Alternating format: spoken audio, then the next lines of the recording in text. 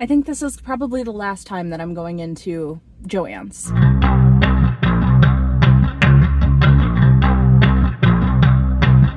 It is what it is at this point. I think they have 40% off on their yarn right now. I'm gonna just get what I can and get out.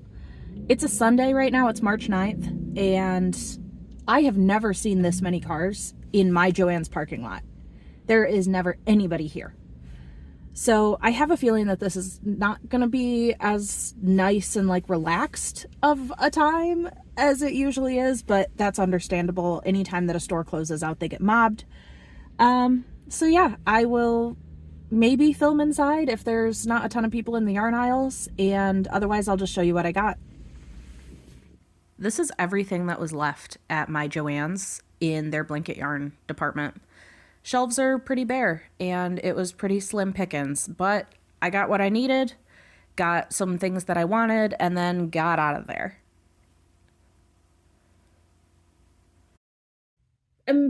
4 days later after doing my last haul at Joann's. So this was on a Sunday, I think, when I went in. And I thought that there would be better sales, I'm not gonna lie. For a store that's liquidating, I think that 25% off was not great, but I totally understand they're trying to get as much money as they can during this liquidation. So I went in. Shelves were really well picked over, especially in the yarn department. So as you can see from some of these videos, especially the blanket yarn, there was not much to be found. A lot of their big twist acrylic was also gone, but almost all of their Bernat baby blanket cakes were gone, especially the Bernat blanket perfect phasing. And I went in thinking, I'm just going to get what I can, get things that I'll use, and if there's, some yarn out there that looks interesting that I might want for another project, that's what I'll buy. So, yeah, without further ado, let's go through the box that they gave me because they ran out of bags of all of the things that I got on my final trip for Joann Fabrics. RIP. So, I make scrunchies and I sell them at craft shows. I also wear them every day. I have one in right now. And I know that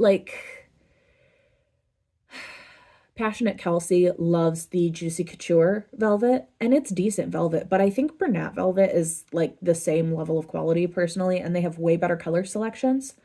So I got a Bernat velvet that I don't have. So this one is the Quiet Pink, super soft, like baby pink velvet.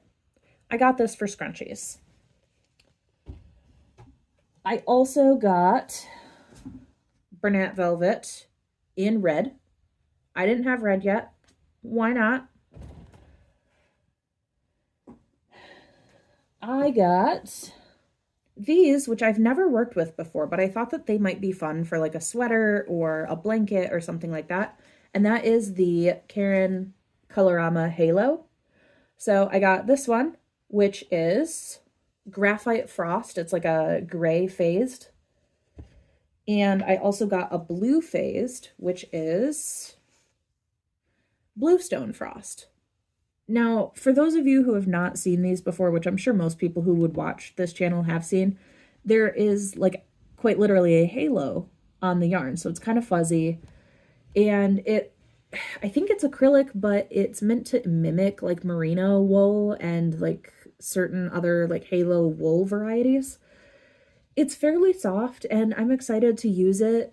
I don't think that I'll use it anytime like right now, especially because we're in market prep season and so I'm primarily using blanket yarn. But I bought them. They were fairly cheap. I think I got them for like $7 a cake. We're just adding these to the yarn stash.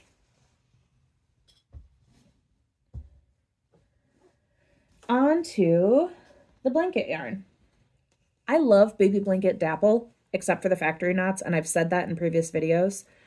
But I got the Abracadapricot. I love this colorway. I don't know yet what I'm going to use it for. I'm thinking about making a Triceratops with it. I also got Oh, this one was a perfect phasing. So there was a perfect phasing in the store. There was one color. I have no idea what I'm going to do with this, but I haven't bought this one before, so I figured why not? It's the color Citron.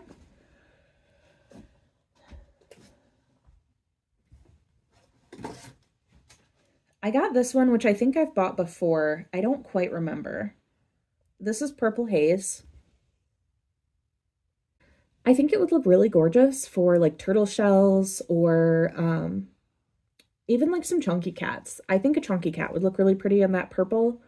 So that's probably what I'll do with it. I haven't decided yet.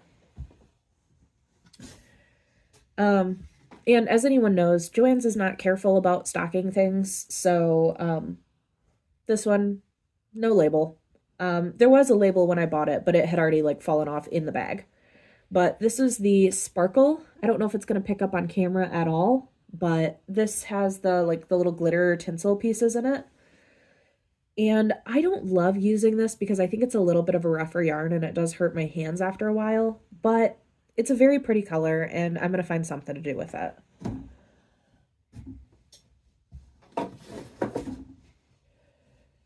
And then I also got Lotus, which is like a pink purple. It doesn't show up on camera quite the same color as what it is in person, but I think this color is gorgeous. I'm going to make probably some axolotls out of it. And yeah, I don't know past that, but you know, get what you can, get it on sale, right? And then the final skeins of yarn that I got 2 of the Lion Brand Pound of Love. Both of them are in this color, which is Pumpkin Spice.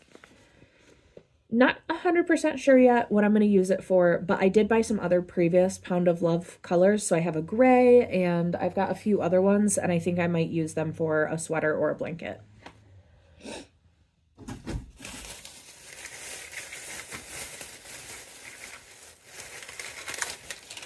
Okay, and then finally the little mini goodie bag. I got a couple of threads. I got a gold thread and a silver thread.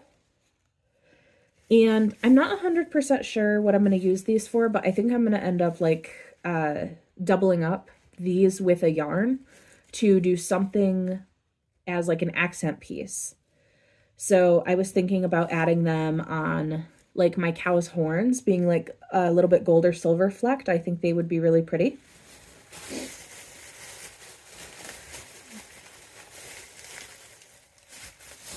And then all of my price tags, I use the Park Lane brand, which are these ones, because they're big enough that I can write everything that I need to on them. And these were 40% off. So I got 3 packs. It was all that they had left. And, you know, that should probably last me the rest of the year plus on tags. It may last me the rest of my career in tags, honestly, because most of the time I use chalkboard signs for anything that I make in bulk. But got a nice stack of these to add to my collection. And yeah, that's the final Joann's haul. I think I saved $30. I spent $112. I've had better sales from Joann's just with their regular coupons. But, you know, I needed like one last time. I needed to be able to go in and say, this is my last time with Joann's. I'm getting what I can and I'm getting out. Now, as I've said before in some of my previous videos, especially about Joann's closing, which I think was one of the last videos I posted, you know, I'm really sad about it, and I think that it's going to leave a gap in the market for a lot of crocheters, a lot of quilters, a lot of people who do crafts that are catered to specifically, whereas like Michael's doesn't really have a fabric department, at least mine doesn't, and a lot of people won't shop at Hobby Lobby. And as someone who likes to feel yarn before I use it, I'm not looking forward to having to buy all of my yarn online because Michael's does not stock Bernat Blanket. But yeah, do I think it's going to put a bit of a damper on my business and on what I'm able to do? Yeah, I do kind of think that. But, you know, I'm looking at other options. I'm looking at maybe switching to Hobie yarn or looking into Crochet Me Zaddy's line of yarn. I don't know if I can get it here. I haven't looked into it very much. And also going directly to Yarnspiration's website to get my Bernat yarn from them. But I am going to be really sad to not be able to just pop in after work and go get the yarn I need. And Yarnspirations, it's like 7 days, 8 days for shipping. So, you know, it's all a bummer. And we're all here, and I know that a lot of people in the crochet community are all commiserating together about it. We'll get through it. Something else will pop up eventually, or it won't, and we'll just work with what we got. The beautiful thing is crafters are resilient, and I think that a lot of us will always find a way to move forward.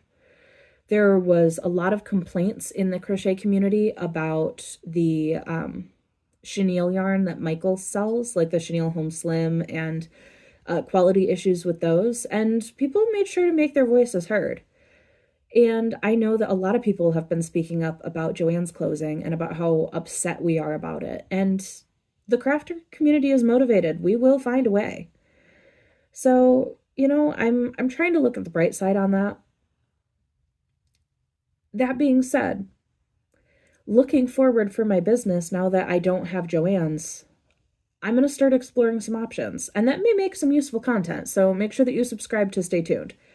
But, you know, I've got all of this back here, all of this yarn, plus all of that yarn, plus more yarn in boxes, because collecting yarn is just as much of a hobby as crocheting with it. And I have enough to work through a pretty significant stock before I have to be really, really worried. So at least there's that.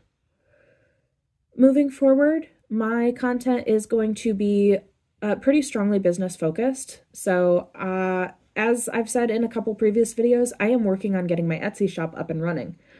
I will be selling plushies. I am looking at getting my patterns published more, because I only have 2 published patterns out there, even though I've got a whole host of them up here. And I plan on getting some of those pen to paper and actually working on making crochet not only a profitable business for me, but something that is fun and enjoyable and not too much work.